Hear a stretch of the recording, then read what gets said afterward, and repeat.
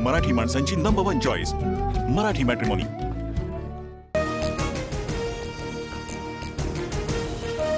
लाडक्या बहिणींसाठी पुन्हा सामाजिक न्याय विभागाचा 410 कोटींचा निधी वळवला। निधी लाडकी बहिणी योजनेतील अनुसूचित जाती प्रवर्गातील पात्र महिला लाभार्थ्यांना देण्यासाठी वापरणार।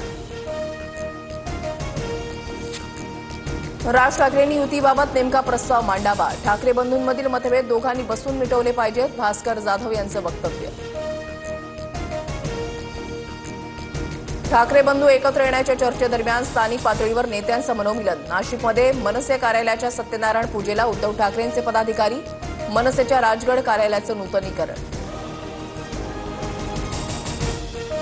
शिवसेना मनसे युतीबाबत आदित्य ठाकरेंनी राज ठाकरेंना फोन करावा। राज ठाकरेंचे पुत्र अमित ठाकरेंचं आवाहन।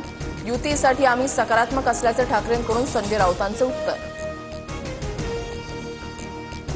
शिवराज्याभिषेक सोहळ्यासाठी किल्ले रायगडावर शिवभक्तांची अलोट गर्दी। देशभरातून शिवभक्त मोठ्या संख्येनं दाखल। किल्ले रायगडावर 352वा शिवराज्याभिषेक सोहळा रंगणार। पंतप्रधान मोदी आज जम्मू काश्मीर दौऱ्यावर। जगामध्ये सर्वात उंचावर असलेल्या चिनाब पुलाचं उद्घाटन करणार। कटरा ते श्रीनगर वंदे भारत एक्सप्रेसलाही हिरवा झेंडा दाखवणार। अकोला जिल्हा नियोजन समितीच्या सभेमध्ये राडा। बैठकीमध्ये भाजपचे रणधीर सावरकर आणि ठाकरेंचे नितीन देशमुखांमध्ये शाब्दिक चकमक। दोन्ही पक्षांचे कार्यकर्ते आमने सामने। निलेश चव्हाणच्या शस्त्र परवान्याच्या चौकशीसाठी समितीची स्थापना। पोलीस आयुक्त अमितेश कुमार यांच्या मार्गदर्शनाखाली तपास।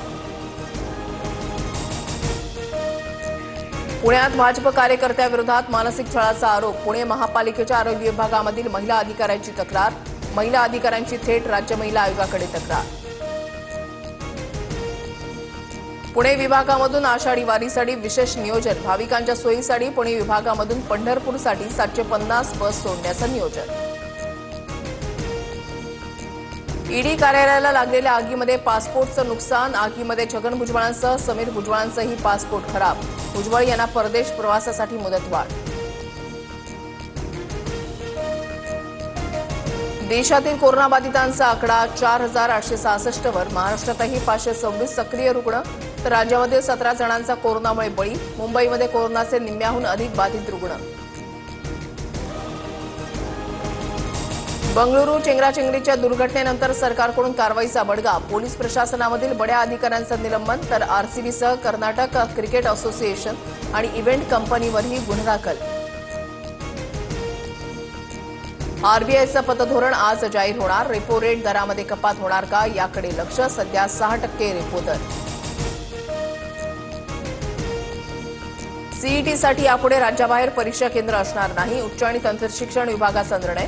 राज्याबाहेरील परीक्षा केंद्रांवर गैरप्रकार होत असल्याच्या शक्यतेमुळे निर्णय। राज्य परिवहन विभागामधील 51 अधिकारी 15 दिवसांपासून घरी। अधिकाऱ्यांच्या ऑनलाईन बदलीला मॅटकडून स्टे।